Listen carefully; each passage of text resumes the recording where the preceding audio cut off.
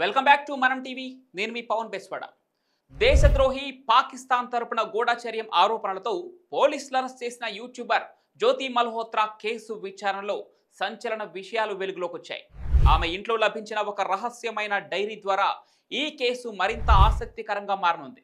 ఈ డైరీలో జ్యోతి పాకిస్తాన్ టూర్కు సంబంధించిన వివరాలను పేర్కొన్నట్లు పోలీసులు గుర్తించారు. అయితే ఆమె పాకిస్తాన్ జర్నీ ఆహ్లాదకరంగా సాగిందని, అక్కడ ఆతిథ్యం బాగుందని పాకిస్తాన్ను పొగుడుతూ ఆ డైరీలో రాసుకొచ్చింది జ్యోతి. అంతేకాకుండా మరో సంచలన విషయం కూడా బయటపడింది. దేశంలోని పలు ప్రధాన ఆలయాల వద్ద జ్యోతి రెక్కి నిర్వహించినట్లు గుర్తించారు పోలీసులు.